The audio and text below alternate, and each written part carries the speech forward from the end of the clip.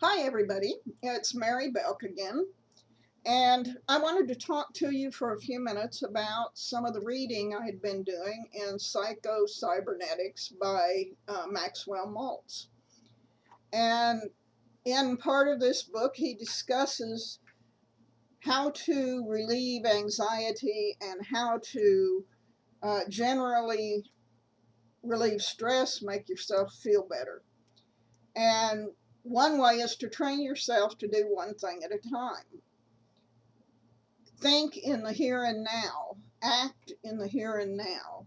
Everything you're actually doing and accomplishing is in front of you at the moment that you're doing it and accomplishing it.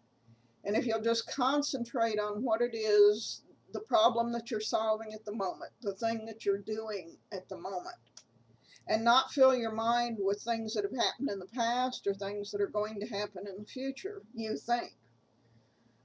Because that's what causes stress. That's what builds up anxiety.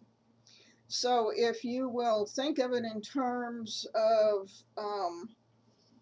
a hourglass, he called it, where you see the grains of sand drip through one at a time. Do one thing at a time. Think about one thing at a time. Handle one problem at a time in the here and now. And as you train yourself to do that, you will relax and the anxiety will disappear, so that you will be able to handle more things more quickly, but one at a time, because you're paying more attention to that one thing as you work through your day. And that way, he said that a lot of the people that he's helped have been able to feel much better and have been able to relax more and gotten rid of whatever anxieties that they had. And if you can think back in your life, if you've got like a problem with crowds, why do you have a problem with crowds? Did something happen one time when you were around a group of people? And if so, what was it? And is that realistic to be thinking about all the time in the back of your mind today? Probably not. So he talks about that also. And then a valuable point that he makes is, if you've got a problem that you're working on, that you're trying to solve, and you haven't quite come up with the solution, think intensely about it and maybe list the parts of it that you've already thought through on a piece of paper before you go to bed at night. And then just lay it aside, go to bed, go to sleep. Maybe by the next morning, which quite frequently happened to several people that he interviewed, you will have the solution to the problem.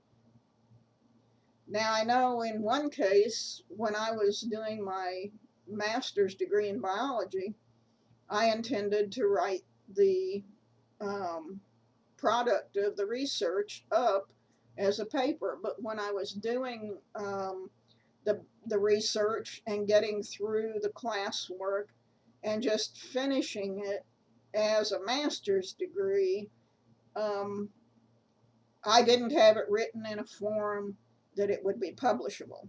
And I knew that. I was writing it in the form that was required by the school for completing the degree. Two different situations entirely. And I was perplexed because there were a number of things that I had done that I didn't feel were appropriate for the actual final version to be published. So I had a confusion in my mind as to what it was that I was actually going to say or do, or what things were the most important out of what I had done to put into print. And so I, quote, slept on it for 2 years. A long time to sleep on it. But 2 years after I finished the degree, I just kind of woke up one day and said, I'm ready to write. And I did. I sat down in my free time. I got the thing written. I had my husband critique it. And I did some corrections and some changes and reread it several times and rewrote it several times and then sent it in to publish.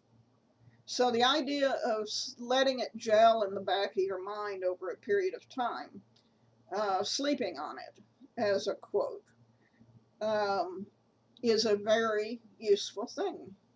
And I hope you've gotten some help or interesting information out of this little discussion. Thank you.